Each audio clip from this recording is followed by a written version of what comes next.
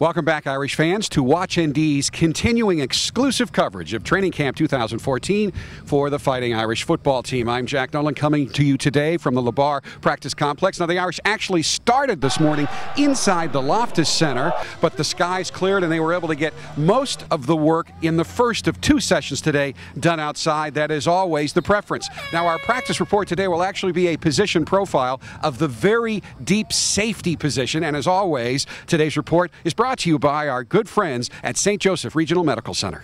You really have a lot of depth in this secondary. We talked about the corners. Let's talk about the safeties. A really good combination of experience and then young potential on this secondary roster. Absolutely. A lot like, the corner group that we spoke of what you just mentioned. There's a lot of guys that are young, and then we've got some guys that have played a lot of football for us.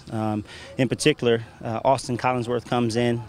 He's a guy that's got a lot of versatility for us. He's a guy a lot like Kavari Russell at the corner position that can get us lined up, that can make all the calls, play both positions, and he's kind of the leader back there on making sure that everybody's set and doing the right thing. Max Redfield is an unbelievable talent, entering his first year as a starter right now, and he's doing good things. You could just kind of see day after day, him picking up on the small nuances of his position, understanding the defense, and he's really coming along. So I'm really pleased with where Max is at.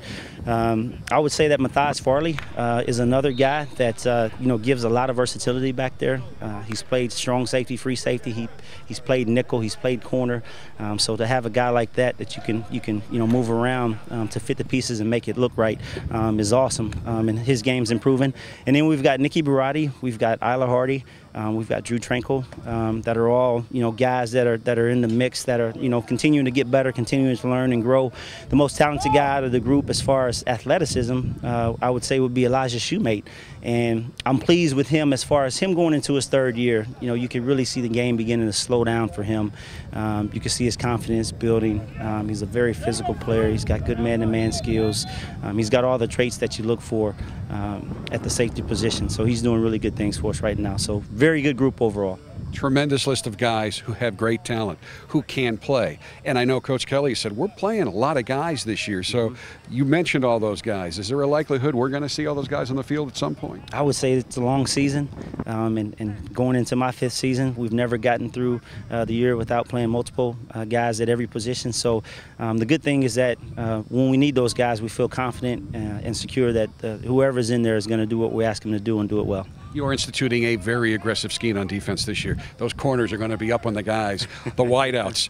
What kind of pressure, or maybe I should say that differently, how does that change the responsibilities of the safeties, if at all? Well, it changes it. The thing that the safeties have pressure on is because the defense has some complications to it, they've got to do a great job of communicating.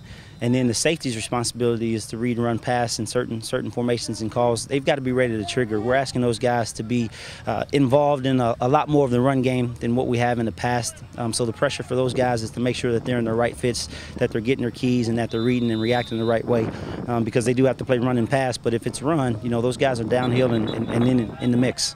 It certainly seems to those of us who get to watch your practices, and I know it's a small group, but the safety seem to be coming together and really taking control and ownership of their responsibilities. Absolutely, and we tell those guys all the time, the hopes and the dreams of how far this defense goes relies on their shoulders. At the end of the day, they're the last line of defense. So they've got to get us the call in line. They've got to get us adjusted. They've got to, make sure that their eyes are proper and make sure everybody's playing right. And at the end of the day, if that ball creases, they've got to be in position to get it down and save us. So what things do they have to do between now and the Rice game to be where you want them to be? Well, again, it's always a work in progress. So each day that you come out here, each practice that you do, you just want to see a little improvement. So the mistakes that they made today on whatever it was, you want to come back out this afternoon and make sure that same mistake's not occurring, and just make sure that they're continuing to move their game forward from a communication standpoint, alignment standpoint, leadership standpoint, and doing their job to the best of their ability.